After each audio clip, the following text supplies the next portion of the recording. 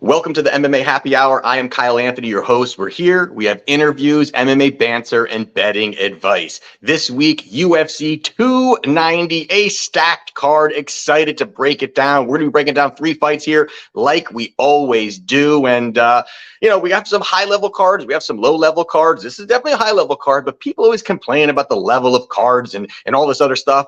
As sports bettors, we are not looking for entertainment. We are looking for value and putting our money in strong positions. And I believe we're going to be able to do that again this Saturday. So I'm excited about breaking all of that down. But before we do, real quickly, I wanted to make the announcement that my show has an official sponsor. They reached out to me, and I'm excited to announce that Underdog Fantasy Sports is the official sponsor of the MMA Happy Hour. Excited about it overall. And each week, I'm going to start breaking down a lot of stuff that goes on there. There's opportunities for fantasy. There's Pick'em, which I'm going to talk about a little bit at the end of the show. And I'm going to be breaking down and giving out lineups every week here on the show. So stick around for that. But if you want to be and sign up and be a part of this, because fantasy, Underdog Fantasy is just an amazing, amazing site. I absolutely love it. And if you want to get involved in that, there's a link down in the description. You can go to Underdog Fantasy Sports, use promo code Mr. UFC, and we'll give you $100 for just making a deposit. But I'm excited to have them on here.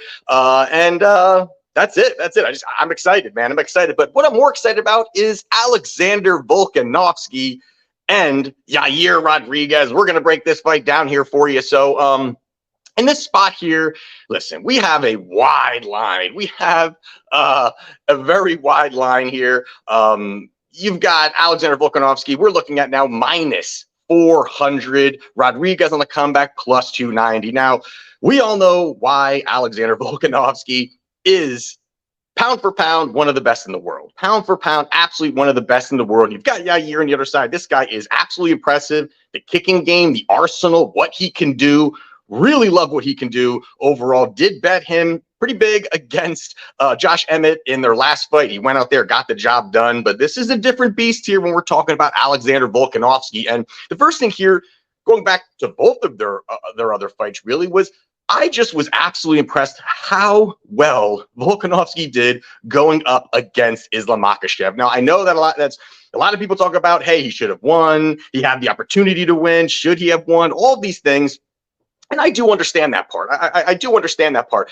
But either way, although I did take Islam, but either way, it was just so impressive. It was so impressive, the scrambles, how he was in horrible positions, was able to kind of get out of that, find opportunities to move around a little bit, create space. And I thought it was just so impressive that he was able to do that. And that, to me, really speaks volumes in a fight where he's going to be fighting Yair Rodriguez. And we understand, and we all know, and I'm sure all week, people are going to be talking about this and saying, yeah, Yair Rodriguez, yes, this guy can't stop takedowns or struggles with the takedowns, or when he's on his back, he's terrible, all of these things. And that's all true. But when you really look at it, it is pretty bad. I'm not going to lie. It's pretty bad. I mean, yes, the big thing here was Frank Yair back in 2017 really exposed him, really exposed just the lack of grappling, the lack of his get-up game.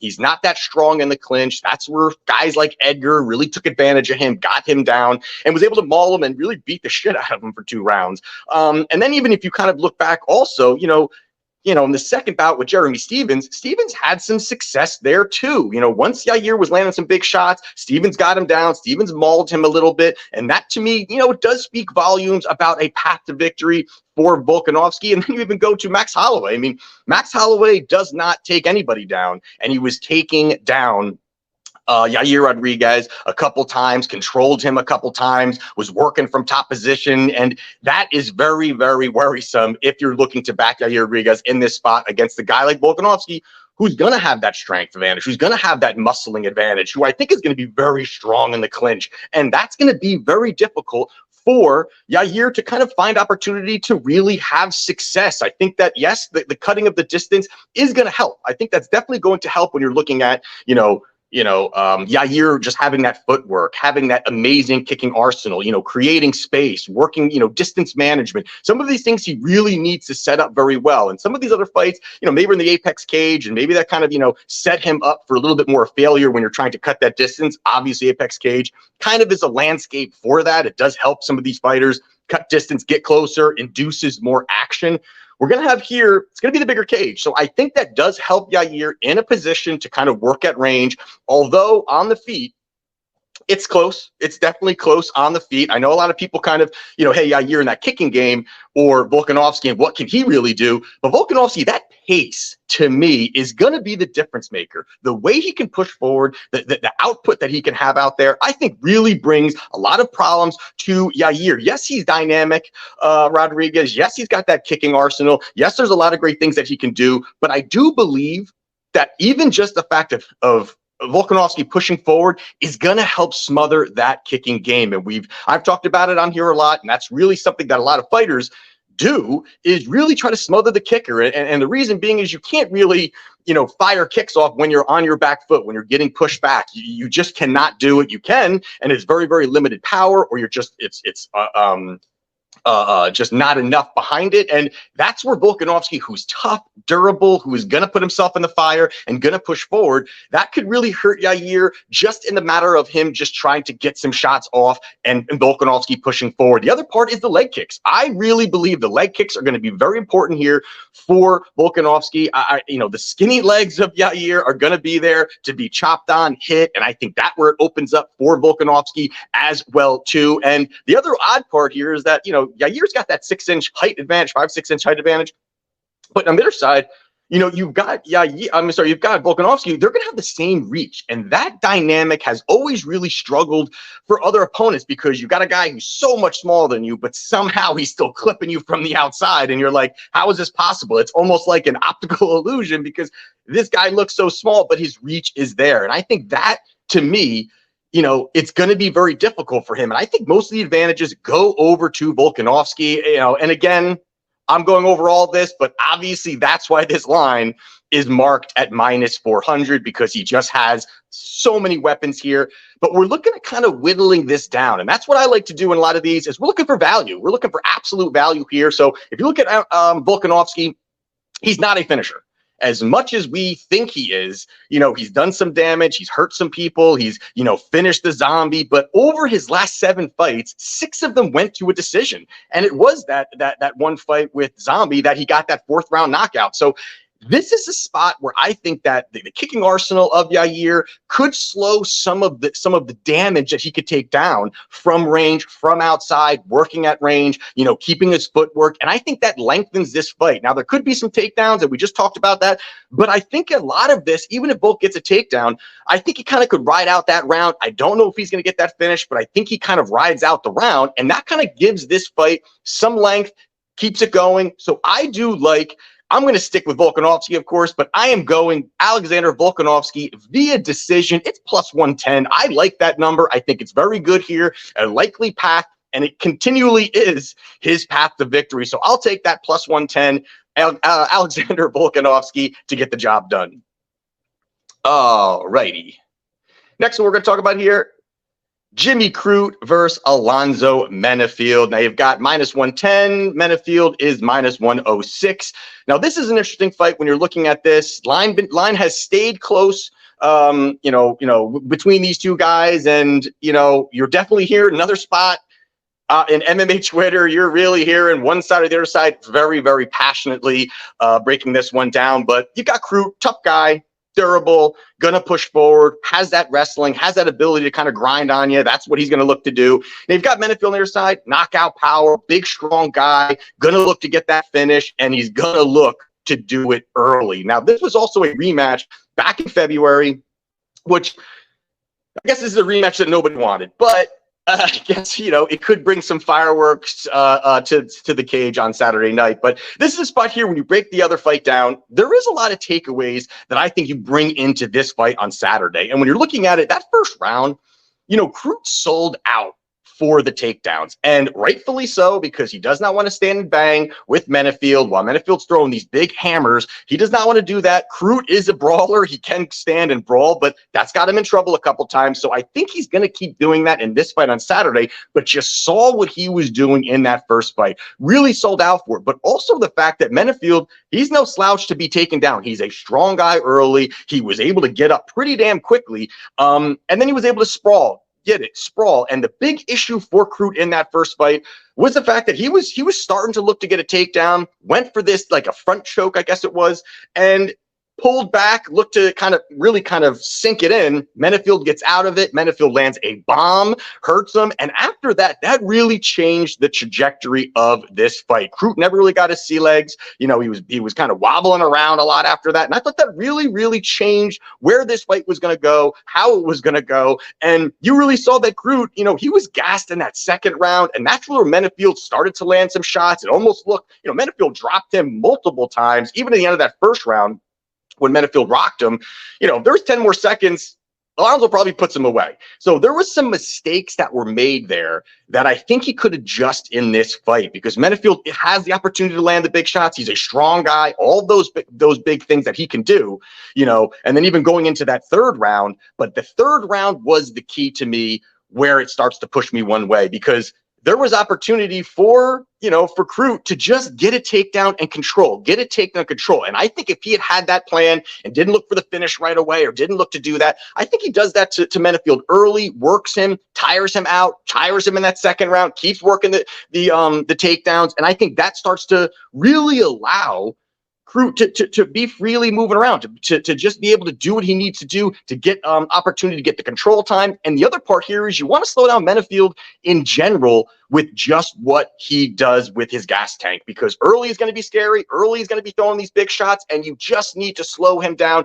work him. And I think that does help him, because Crute is durable. So the one thing here is that even if he gets hit with a big shot, he has the ability to absorb them fairly well. I mean, not like it's the greatest thing. You want to get hit in the chin by Menifield, but he can take him. So if he's looking at these takedowns, he can take some of these shots. He can absorb them. And I think he will just come in with a better game plan here than he did in their last fight overall. And, you know, Crute at 27 is going to make improvements. I think he's going to continually get better. I like his skill set. I think the wrestling is there.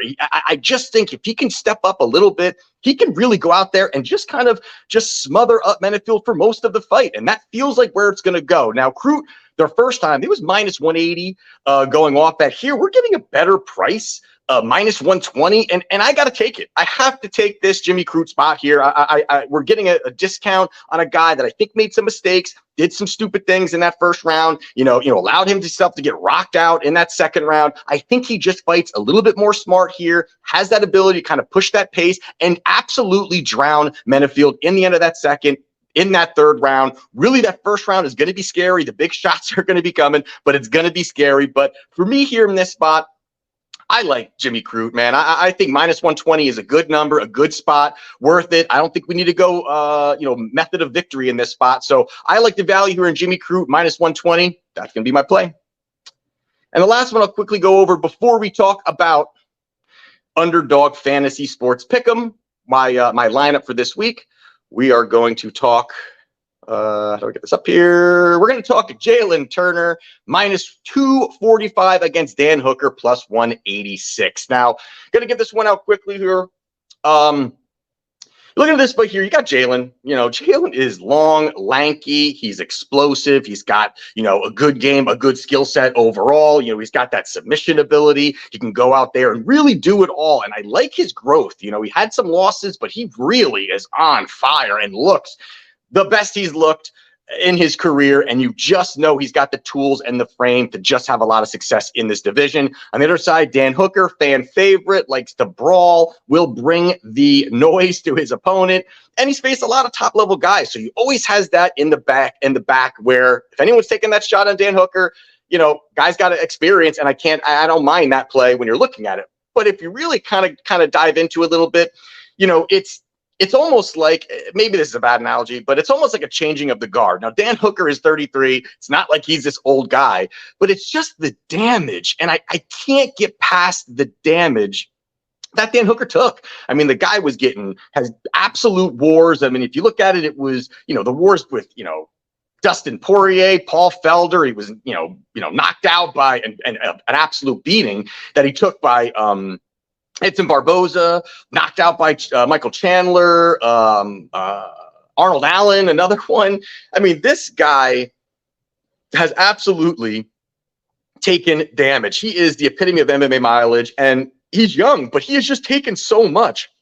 And for me, it kind of seems like he's just not absorbing punches very well. Now, it's his reaction to them just seem different. Instead of being in the pocket, taking the shots, moving forward, I really feel like he's kind of backing up a little bit. He's kind of, when he gets rocked, he kind of steps back a little bit. And somebody like Jalen Turner, who has the weapons, has that arsenal, has the ability to go out there, push that pace, there's going to be a lot of opportunity to land the big shot. I love the way his kicking arsenal goes too. That front kick that he has, I really think Jalen Turner can do some damage with that overall. But if you're looking at kind of how this fight plays out, I like the fact that this is a spot where really you got to look at it being very aggressive. Both of these guys are going to push forward. Both these guys are going to push the pace, get on each other. And I think it's going to happen early and often. Again, Hooker's a willing dance partner, and Jalen Turner is a guy looking for finishes. And I think that he has that ability. If he has that right dance partner, he's going to look to get those finishes. And both of these guys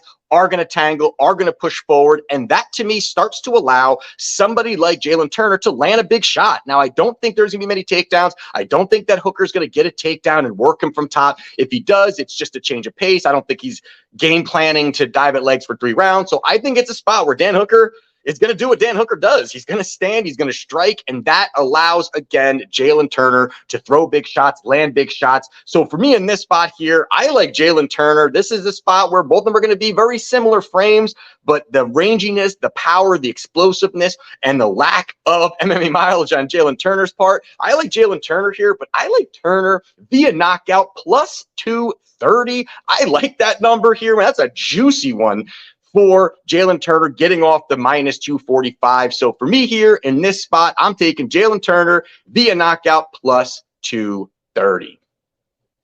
Now, the last thing we're going to talk about here is our Underdog Fantasy Pick'em lineup. I'm going to dive into it real quickly here for you. So we're going to throw $100 on this one here. And in this situation, we're doing higher or lower on certain things that are going to happen here in the fight. Now, I'm sure you all know about this and props and all those things.